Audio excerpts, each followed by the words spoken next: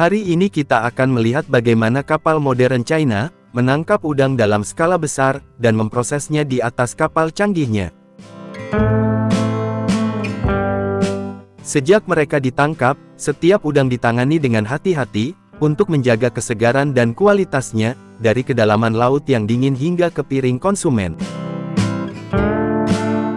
Tahukah kalian udang air laut dingin adalah hermafrodit? Mereka lahir sebagai jantan, tetapi setelah 3 hingga 4 tahun, mereka berubah menjadi betina.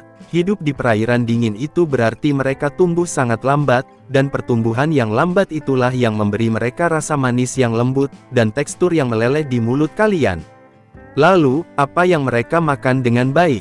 Udang jelas bukan pemakan yang pilih-pilih, mereka bisa dibilang kru pembersih utama di dasar laut, ikan mati, kepiting, dan bahkan sedikit lumpur.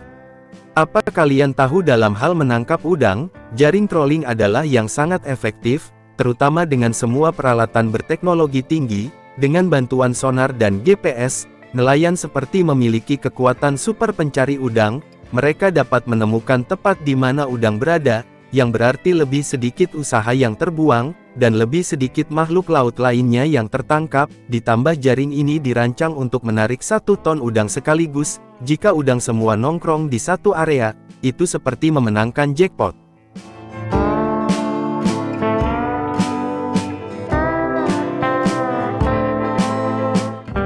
Udang yang menarik ini hidup selama hampir 1 dekade, tapi paling sering dipanen sekitar tahun ke-6, ketika mereka mencapai panjang 8 hingga 10 cm. Di antara berbagai metode yang digunakan, jaring trolling muncul sebagai teknik yang sangat efisien, yang menawarkan keuntungan yang signifikan.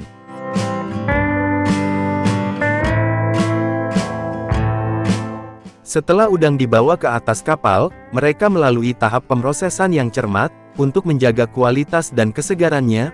Pertama-tama mereka disortir berdasarkan ukuran, jenis, dan kualitas. Bahan yang tidak diinginkan seperti cangkang, rumput laut, atau sampah laut lainnya dibuang.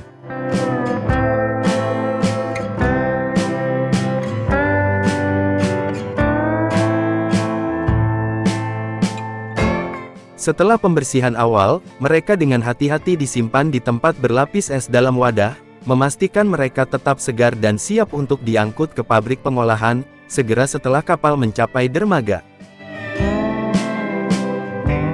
Setelah tiba di pabrik pengolahan, sampel acak sekitar 2 kg udang diambil untuk pengujian kualitas. Setelah lolos pemeriksaan, udang memulai perjalanannya melalui pabrik. Udang secara otomatis diangkut ke stasiun pencucian pertama, untuk pembilasan menyeluruh sebelum langsung dipindahkan ke tahap berikutnya.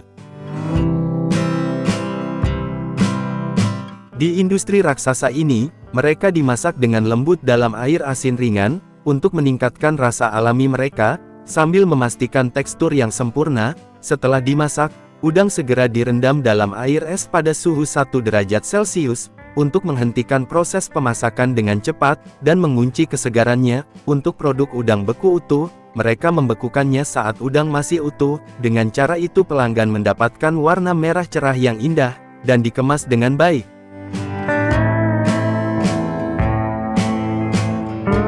Selain produk udang beku utuh, industri ini juga menyiapkan produk udang lainnya. Sisa udang pembekuan dimasukkan ke jalur pengupasan, untuk menghilangkan kepala. Alat ini sangat tepat dan cepat, cukup potong dan kepala hilang. Kemudian udang dipindahkan ke mesin deling, yang menggunakan bilah roll atau pengepres, untuk memisahkan cangkang dari daging dengan rapi. Daging udang keluar dengan bentuk yang sempurna, dan siap untuk melanjutkan tahap berikutnya.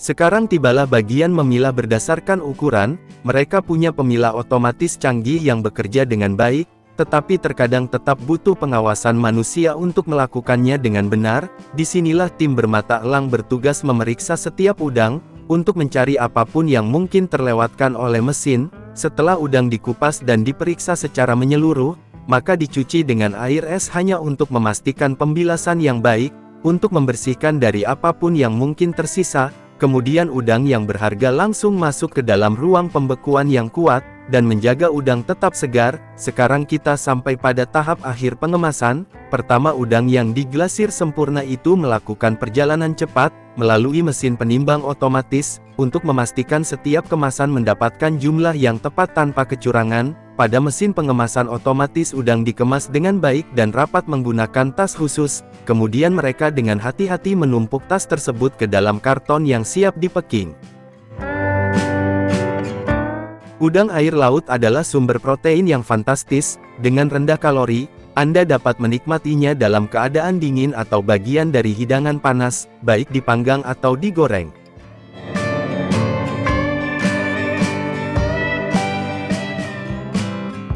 Pernahkah kalian menjumpai landak di kehidupan nyata, dan merasa waspada, karena takut dengan duri tajamnya? Mungkin Anda bahkan pernah berkata pada diri sendiri, untuk menjauh, agar tidak tertusuk oleh duri mereka. Tetapi tahukah Anda, bahwa di China, peternakan landak merupakan industri yang sedang berkembang? Makhluk yang menarik ini tidak hanya diternakan untuk diambil dagingnya, yang dianggap sebagai makanan lezat di Cina, tetapi juga memiliki kegunaan lain yang berharga. Landak jauh lebih bermanfaat daripada yang Anda bayangkan.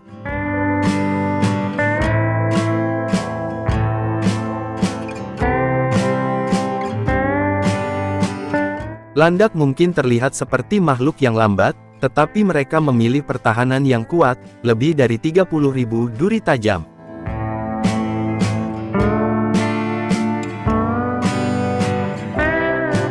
Banyak yang percaya, landak dapat melemparkan duri mereka, tetapi itu hanya mitos. Sebaliknya, hewan berduri ini memiliki trik yang cerdas. Ketika terancam, mereka akan membalikkan badan, mengangkat duri mereka, dan menggoyangkan ekor mereka. Jika ada predator yang terlalu dekat, ia akan mendapat kejutan yang menyakitkan. Wajahnya penuh duri-duri yang menusuk seperti jarum. Lebih buruk lagi, bahkan setelah mati, landak masih bisa melawan. Jika ada predator yang tidak beruntung memakannya, di dalamnya terus menembus daging, terkadang bahkan menusuk organ dalam. Itulah mengapa menyerang landak bukanlah ide yang bagus.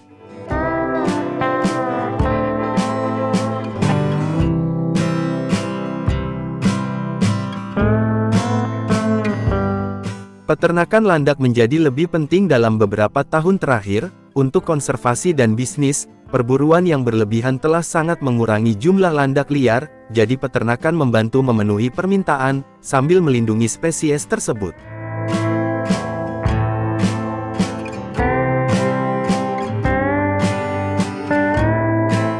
Memelihara landak ternyata sangat mudah, bahkan lebih sederhana daripada peternakan babi. Kandang mereka tidak membutuhkan banyak ruang, dengan alokasi ideal sekitar 1 meter persegi per landak. Kandang harus dirancang dengan keseimbangan area terang dan gelap, menghindari sinar matahari langsung, dan memastikan perlindungan dari hujan.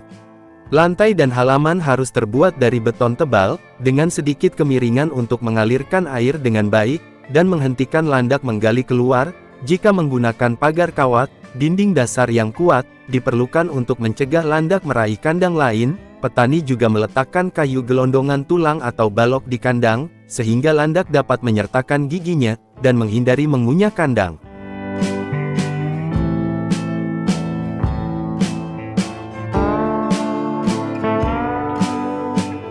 Landak termasuk hewan omnivora, yang berarti mereka memakan tumbuhan dan hewan kecil. Makanan mereka terdiri dari buah-buahan, akar, daun, kulit pisang, sayuran, dan jagung. Selain makanan nabati, landak juga memakan serangga, siput, kumbang, dan cacing tanah, yang menyediakan protein penting untuk pertumbuhan mereka. Berbagai macam makanan ini membuat mereka mudah diberi makan, dan mengurangi biaya peternakan. Peternak sering memanfaatkan ini dengan menggunakan produk sampingan pertanian yang tersedia, seperti sisa sayuran, dan kulit jagung, untuk melengkapi makanan mereka.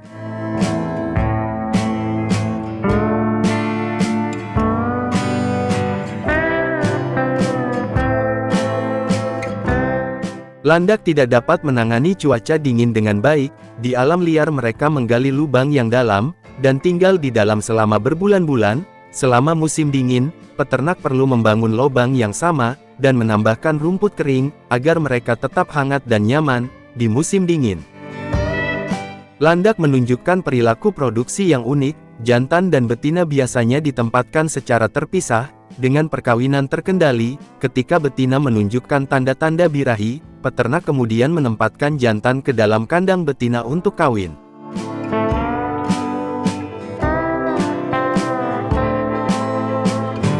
Landak mencapai kematangan seksual pada usia sekitar 1 tahun, ketika beratnya sekitar 10 kg, landak sangat protektif terhadap ruang mereka, dan mengenali anggota keluarga yang memelihara landak. Jantan bersama anak-anaknya adalah hal yang penting, karena tanpa mereka, landak mungkin merasa tidak aman, dan bereaksi secara agresif.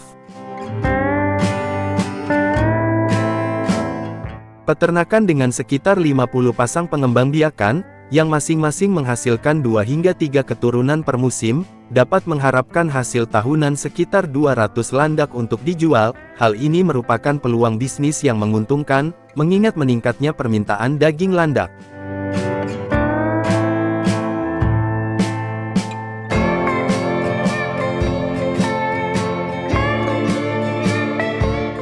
Daging landak sangat dihargai dalam budaya tertentu, terutama di beberapa bagian seperti di Cina, Afrika, Asia, dan Eropa, yang dianggap sebagai makanan lezat. Dagingnya kaya protein, dan memiliki profil rasa yang mirip dengan campuran daging babi dan sapi, sehingga ideal untuk hidangan yang dimasak lambat.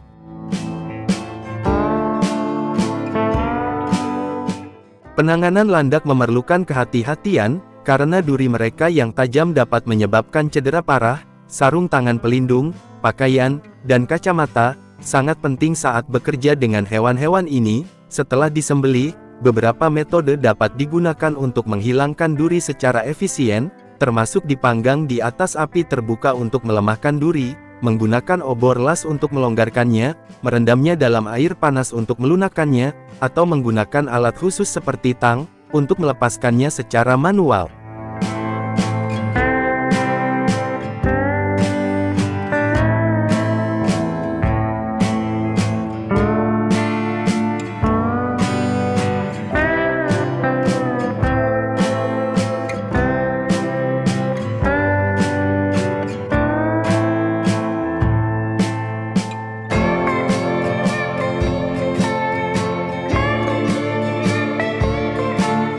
Bagaimana menurut kalian dengan peternakan landak ini? Apakah ada di antara kalian yang ingin beternak landak? Dan bagi kalian yang pernah mencicipi daging landak, tolong beritahu kami seperti apa rasanya.